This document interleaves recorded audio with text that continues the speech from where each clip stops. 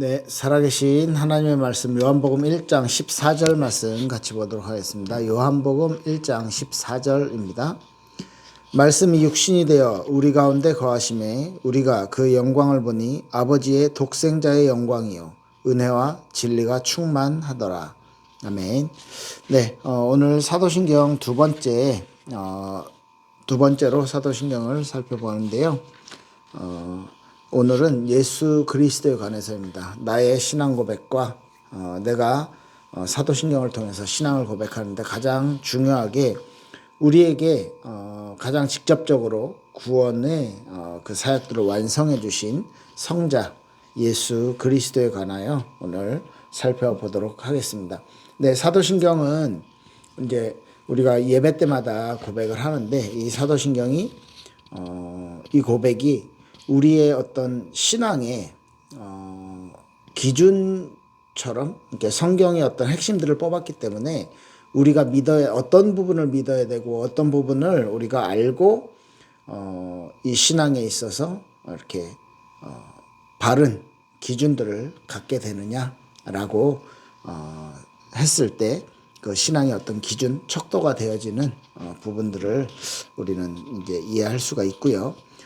이 이유는 이게 성경이 아닌데 왜 그러냐 했을 때 이제 사도들, 예수님의 제자들부터 많은 신학자들이 성경의 가장 중요한 핵심들을 효과적으로 전달하기 위해서 이렇게 신앙 고백서들을, 고백문들을 만들어 왔다. 그 이유는 지난주에 설명했듯이 이단들의 어떤 굉장히 다양한 사상들 그리고 인간의 어떤 이해를 통해서 하나님을 설명하고자 하는 것, 인간이 이해된 부분에 대해서 하나님을 축소시키는 부분들 이런 것들이 있겠고 또 사실 하나님의 신비가 이해가 다 되지 않기 때문에 어떤 예수님의 구원사역, 예수님의 특별한 신성과 인성을 같이 가지고 있는 부분이라든지 특히 그 부분이죠.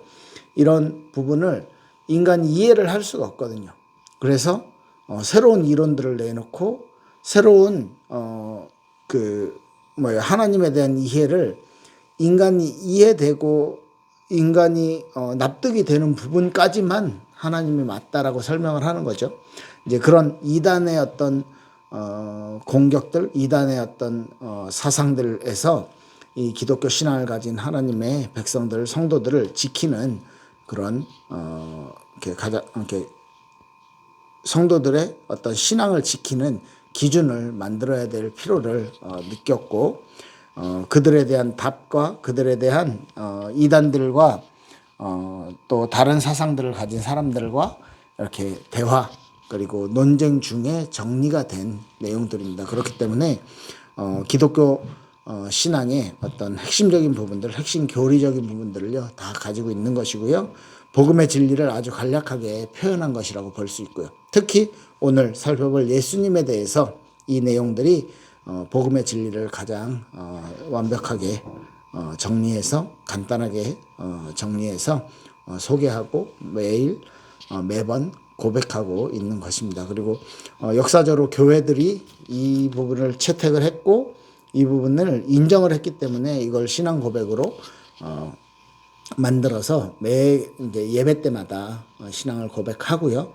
그리고 이것이 어떤 이론적인 신학의 교리적인 부분들의 어떤 기초가 되어지는 것이라고 볼 수 있습니다. 그래서 오늘 예수님에 대해서 지난주에 하나님에 대해서 살펴봤고 하나님의 전지전능하심, 하나님의 창조의 역사 또 그 하나님이 우리의 아버지 되심에 대해서 살펴봤고요.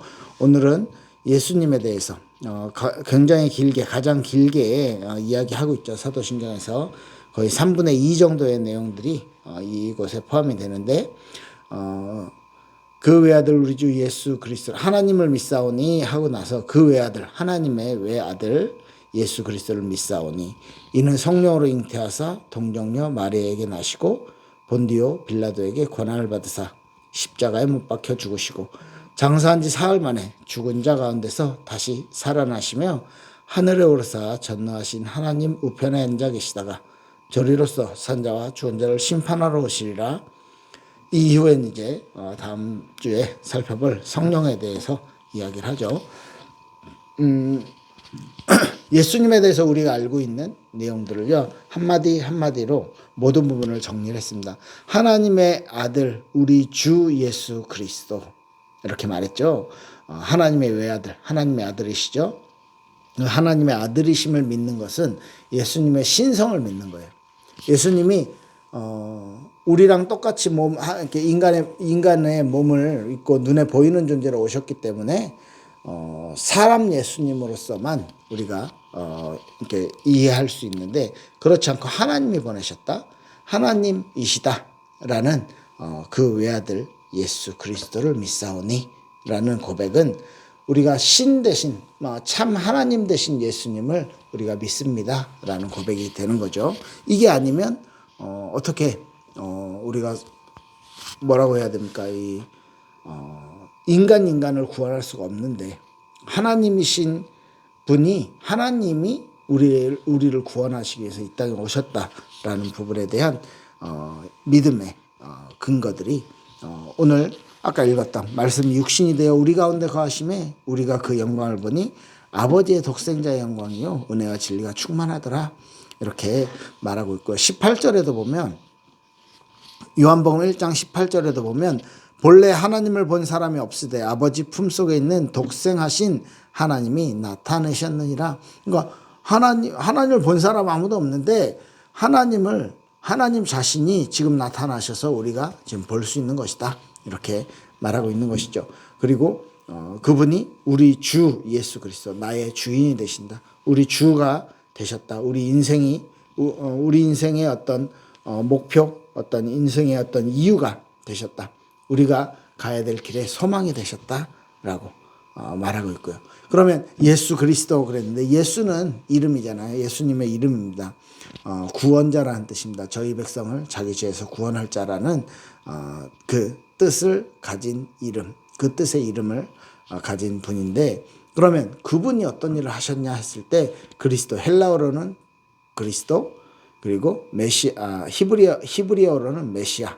그래서 같은 뜻이에요. 기름 부음 받은 자인데 공식적인 칭호죠. 직분에 대한 이야기입니다. 그래서 어떤 역할을 하느냐에 대한 이야기인데, 예수님이 그리스도라는 일을 하셨다, 왕과 제사장과 선지자에게 기름 부어 하나님이 세우셨다는 의미로 기름 부어서 그 역할들을 감당하는데, 예수님이 기름 부음 받은 자로서 왕, 제사장, 선지자의 역할들을 전부 다 완성하셨다, 이렇게 이해를 하면 될 것 같습니다. 그 예수 그리스도를 내가 믿습니다, 고백을 하는 거죠. 이는 성령으로 잉태하사 동정녀 마리아에게 나시고, 성령으로 잉태하셨다.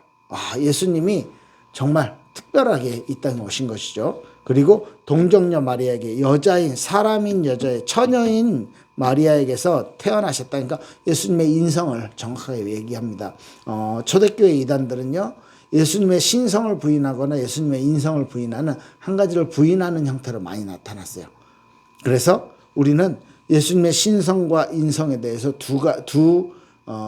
그 예수님의 그 성품에 대해서 우리는요, 정확하게 두 부분에 대해서 정확히 믿는 신앙 고백을 했어야 되는 것이죠. 그래서 우리 주 예수 그리스도를 믿고 성령으로 잉태되신 사람의 몸 마리아에게서 태어나신 그 예수를 내가 믿는다라고 고백을 하는 겁니다. 그래서 하나님이 잉태하게 하신 거예요. 아주 거룩한 잉태죠. 거룩한 탄생이죠.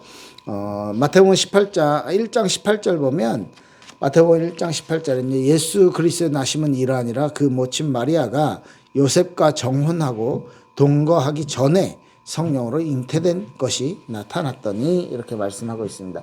요한복음 8장 42절에도요, 예수께서 가라사대 하나님이 너희 아버지였으면 너희가 나를 사랑하였으리니 이는 내가 하나님께로 나서 왔습니다. 나는 스스로 온 것이 아니요 아버지께서 나를 보내신 것이라. 하나님께서 보내셨다. 그래서 성령으로 잉태되었다, 이렇게 말하고 있죠. 이사야 7장 14절에 보면 처녀가 잉태하여 아들을 낳을 것이요 그 이름을 임마누엘이라 하라, 분명히 말씀하고 예언되어 있던 것이죠. 자, 그분이 성령으로 잉태되셨고 마리아에게서 태어나신 분, 하나님이시고 하나님의 아들 예수 그리스도 주시고 그리고 성령으로 잉태된 그 예수님이 지금 우리 함께 하시는데, 그분이 어떤 일을 하셨냐? 본디오 빌라도에게 고난을 받으사 그리고 십자가에 못 박혀 죽으시고, 고난당할 이유가 그 죄가 없으신 분이시지만 고난당하셨고요. 왜? 저와 여러분 때문에. 그리고 십자가에 못 박혀 죽으시고 저와 여러분 때문에 죽으심까지 죽으셨죠. 이때 이제 본디오 빌라도라는 이름이 나오는데, 사실 본디오 빌라도는 제가 볼 땐 조금 억울할 것 같아요. 물론 그것을 허락했고 그 사람의 어떤 허가가 있었기 때문에 십자가 처형이 진행이 됐지만, 예수님을 죄가 없다라고 생각했고 유대인들에게 계속해서 예수님을 풀어주는 것을 권고했지만, 이게 27장 24절 보면 밀란이 날까봐 어쩔 수 없이 나는 그러면 그 사람의 피해에 대해서, 그 사람의 죽음에 대해서 난 책임이 없다 이렇게 말을 하긴 했지만, 이 사도신경에 본디오 빌라도라는 이름이 계속 들어가기 때문에 전 세계에서요 계속 매 예배 때마다 불려집니다. 아, 본디오 빌라도 나쁜 놈, 이렇게. 재밌는 사실이죠. 그때 본디오 빌라도라는 총독이 역사적으로 예수님의 시대 때 있었고, 그 사람이 예수님을 십자가 처형하는 것에 대해서 허가를 한 거죠. 그 예수님이 십자가에 못 박혀 죽으셨습니다. 예수님 확실히 고통당하셨고 확실하게 죽으셨어요. 왜요? 저와 죄 때문에, 저와 여러분의 죄 때문에. 그런데 그 죽으심을 통해서 우리의 죄에 대한 대가를 지불하신 거예요. 네. 마태복음 27장 50절에 보니까 예수께서 다시 크게 소리 지르시고 영원히 떠나시다 이렇게 말씀하고 있습니다. 예수님이 확실하게 돌아가신 것이죠. 그리고 그 이후에 장사한 지 사흘 만에 죽은 자 가운데서 다시 살아나시며, 이 부활이 이제 설명이 되는 거죠. 예수님의 하나님 되신 예수님, 사람 되신 예수님, 그리고 십자가에서 고난당하시고 죽으신 예수님, 그리고 이젠 부활하신 예수님을 말하고 있어요. 우리 기독교 진리의 핵심 아닙니까? 그죠? 그 부활하신 예수님, 사흘 만에 죽은 자 가운데서 다시 살아나셔서 역사적으로도 빈 무덤이 증거를 하죠. 하나님의 특별한 능력이 나타납니다. 이 부활을 본 사람들 너무 많아요. 형제들, 그 제자들, 그 여자들, 그죠? 40일 동안 이 땅에 계시면서 하나님 나라 일을 말했다라고 사도행전에는 말씀하고 있습니다. 40일 동안 실제로 제자들이 그 예수님의 모습을 본 사람들이 많이 있잖아요. 그래서 진짜 부활을 믿는 거예요.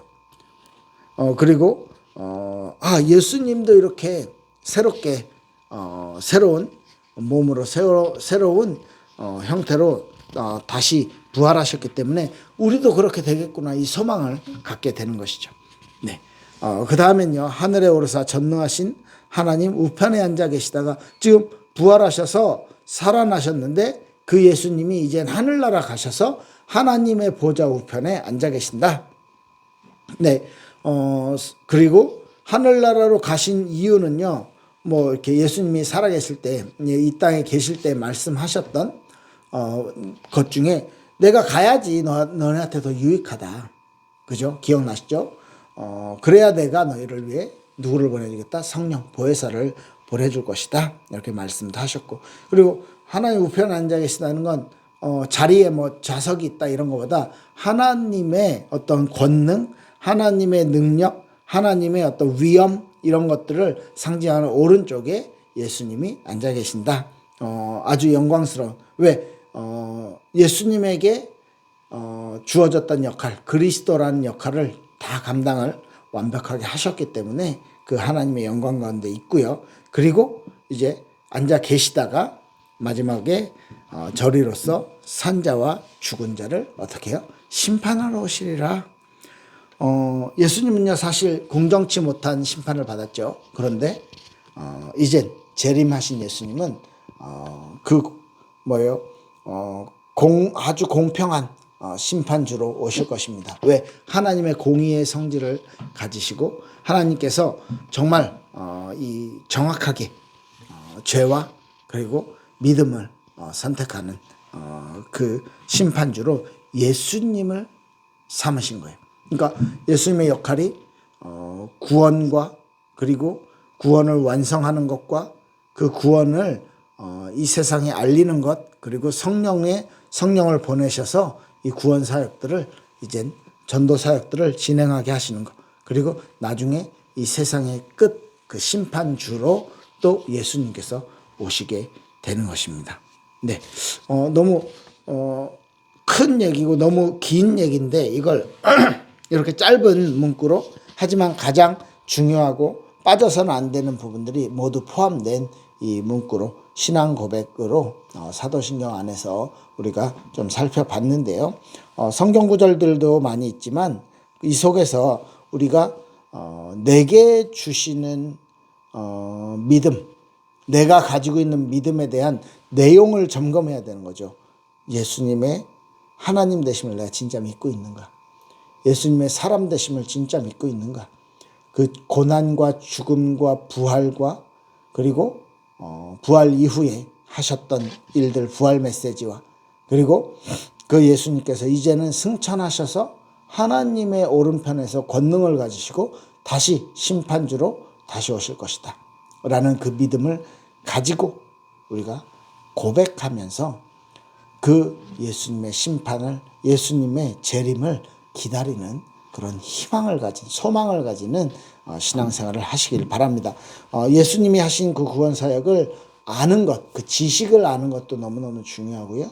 그 사실을 내가 내 것으로 믿는 것도, 믿는 것이 더 중요하죠. 그리고 이 모든 것들이 아주 구원의 핵심인데 내가 어떻게 노력해가지고 잘 안 될 걸 믿게 되었다, 이렇게 생각하시지 않으시죠? 다 하나님께서 그 믿음 또한 우리에게 주셨다. 그렇기 때문에 우리는 은혜 받은 자다라고 결론을 내릴 수 있는 것입니다. 사도신경의 신앙 고백이 우리의 어떤 근본적인 신앙의 고백들이 되길 예수님 이름으로 축복합니다. 기도할게요. 하나님 감사합니다. 우리 인생은 하나님을 따라가며, 우리 인생은 하나님 앞에 서며, 우리 인생은 하나님을 찾고 하나님의 뜻을 알아가길 소원합니다. 우리 가운데 함께 하시고 우리 가운데 역사하옵소서. 감사드리며 예수 그리스도 이름으로 기도했습니다. 아멘. 네, 감사합니다.